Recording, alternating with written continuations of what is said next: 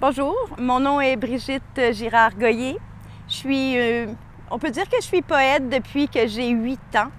J'aimais beaucoup jouer avec les mots. J'ai toujours aimé le son et les images que ça pouvait créer dans notre tête.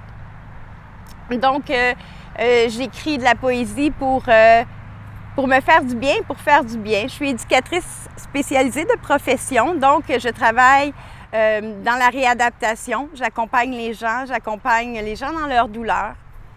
Depuis 10 ans, je travaille à l'hôpital Sainte-Justine, donc j'accompagne des jeunes filles, des jeunes adolescentes qui ont un trouble alimentaire.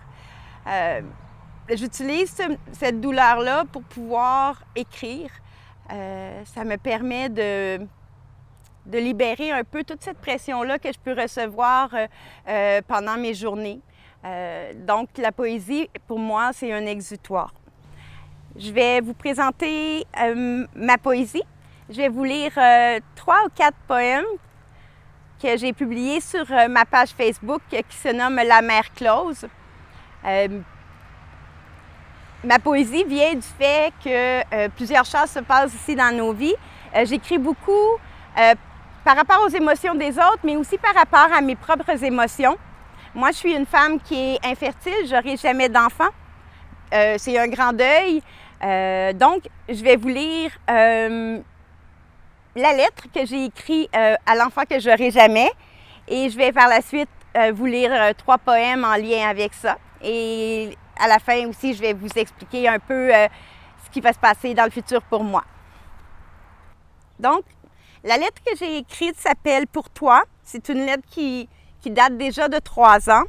Donc, elle se lit comme suit. « J'ai 42 ans. Je t'attends encore. Tu es foutrement en retard. Tu en as manqué des Noëls et des anniversaires, des voyages, des câlins, des je t'aime. Depuis que j'ai 16 ans que je rêve d'une grande famille. À 23 ans, mes espoirs semblent se mettre en place. Je suis enceinte. Quel bonheur je vis! Mais au 3e mois, évidemment, fausse couche. Depuis ce jour, je n'ai cessé de faire la guerre à mon corps sans résultat. Hormonothérapie, stimulation, FIV. Des médecins, tout plus confiants les uns que les autres, me remplissent de chagrin et de chimères. Miracle, à Noël 2014, des petits jumeaux ont fait leur nid dans mon ventre. 10 semaines de bonheur et d'euphorie. Le 26 janvier 2015, le vide s'empare de moi. Un vide innommable, un vide qui envahit toute ma tête et tout mon corps. Je vivrai ce que je peux pour combler cette interminable attente et je t'écris ici, juste au cas où tu arriverais. En attendant, je resterai à jamais une mer close. Ce qui est bien de préciser aussi, c'est que l'année passée, exactement 1 an, presque jour pour jour, j'ai fait une 3e fausse couche. C'était assez bien, ça se passait assez bien que notre petite cocotte, on l'avait déjà appelée Eva, fait que je profite du moment pour lui dire bonjour. Ma démarche artistique se lit comme suit. Le mot a une connotation. Le mot a un sens sémantique. Le mot se lit, se vit et s'entend de notre soliloque intérieur. Ma poésie se révèle en tant que matérialisation visuelle et mnémonique de l'interprétation du lecteur ou de l'auditeur. L'impact des images est ce qui guide mon intention. Tout en conservant l'intérêt d'une émotion, le sens reste voilé, volontairement flou. À travers mes œuvres, on peut retrouver ce désir de combiner les impressions que provoquent des visions de monde impossibles. L'économie de moyens n'est pas dans l'unique intention de minimalisme, elle vise plutôt à cibler l'affect du lecteur. Je ne veux pas forcer l'interprétation, je veux uniquement qu'elle ait lieu. Dans ce sens, quand vous écoutez ma poésie, je vous suggère de juste vous laisser bercer par les mots et d'accepter toutes les images que vous allez recevoir qui vont s'imprimer dans votre tête. Ma poésie n'est pas faite pour être décortiquée dans un sens, elle s'approprie chacune des histoires qui se passent alentour de nous. Donc, je vais vous lire « La mer close » qui est pour moi le poème pilier de tous mes écrits. Donc, ça va comme suit. La mer close. Je nargue le ciel, l'œil en berne. J'hésiterai 2 temps, juste ici, dans les terres vaseux, les yeux clos, l'attente nomade. Le délire s'enlace là où le doute, adule l'aurore. Tu es absence, celle qui s'installe, inerte imposture et ondoyante fable. Le néant s'intercale, grandiose dans son deuil. Je prolonge le délai, funambule instable, je suis ici, sans toi. La pandémie, le COVID, affecte énormément les gens autour de nous et affecte effectivement les poètes aussi. Les rassemblements sont interdits, les bars commencent à réouvrir, c'est un peu plus complexe. De mon côté, la COVID, ce qu'elle a fait, c'est qu'elle m'a forcée à travailler plus fort. Comme je vous disais, je travaille au CHU Sainte-Justine, donc dans les premières semaines, au mois de mars-avril, ça a été un peu compliqué. Donc, les crayons, l'ordinateur, toutes ces choses-là, même l'inspiration, c'est un peu détaché de moi. Ce qu'il y a de bien avec le confinement, comme je l'expliquais, je suis une personne qui est assez casanière de nature, donc ce confinement me permet de me retrouver avec mes inspirations, mes émotions, mon moi intérieur. Pour moi, c'est une belle opportunité de pouvoir comme être seule avec moi. Mais ce qui est plus difficile, c'est de ne pas pouvoir rencontrer les autres poètes. Mon deuxième poème de cette série-là s'appelle « La part dormante ». J'ai peur.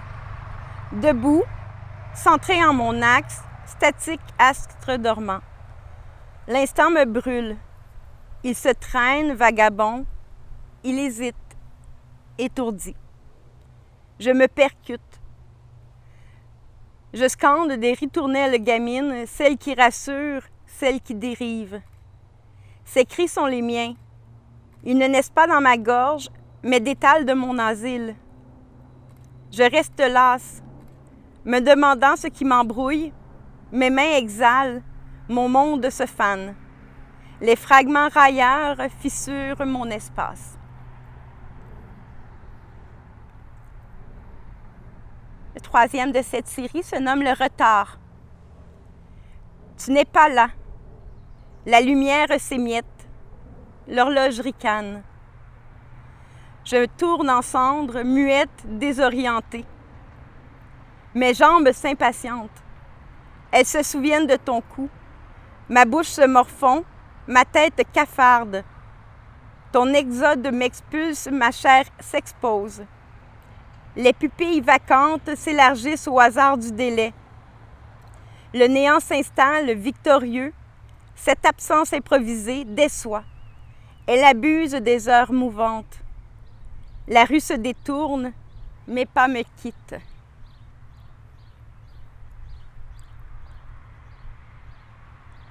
Je suis en train de travailler en ce moment sur un recueil en collaboration avec une cousine qui habite le Mexique.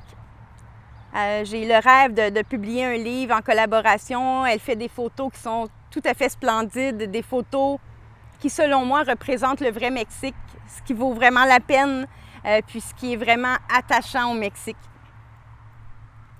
Ma petite cousine s'appelle Maritza et j'ai écrit le premier poème de ce projet-là à son nom. Il va comme suit. Maritza. Je rêve sur l'horizon, celui qui m'épie de sa pupille épuisée. Les arbres se tordent, en une ombre, une étreinte, une idylle déchue. Le soleil inonde, fait tourner le jour dans ce désert grandissant. La terre se mortifie, s'évade et soupire, avide, ingrate, aérienne. Les bêtes expirent, évaporation cendreuse d'une souffrance silencieuse. Mon ventre gémit, mes pieds se perdent, mes mains désespèrent, la pluie se moque. Quand je regarde ma poésie, effectivement, il y a comme quelques poèmes qui font... c'est pas comme une prédiction, mais c'est qui se prêtent très, très bien à la situation du COVID, au confinement, à la solitude. Donc, je vais vous lire un de ces poèmes que j'ai composé en janvier 2017. Il se lit comme suit. Solitude urbaine. L'arbre étire son ombre sur les rues asphaltées. Mes pas me traquent. L'écho se synchronise silencieux. Ma tête chuchote à mes chaussures. Je me dissous en parcelles dociles, parmi ces loques qui tout autour défilent. Barbare, recluse, odieuse, la clameur indigeste m'assaille. Anonyme, je parcours la ville, criblée de rictus et d'impatience. Meurtrie, captive, impuissante, mon souffle raccourci s'égare. Victime urbaine, je me décolore, seule humaine survivante sous un ciel bitumé, mutilé.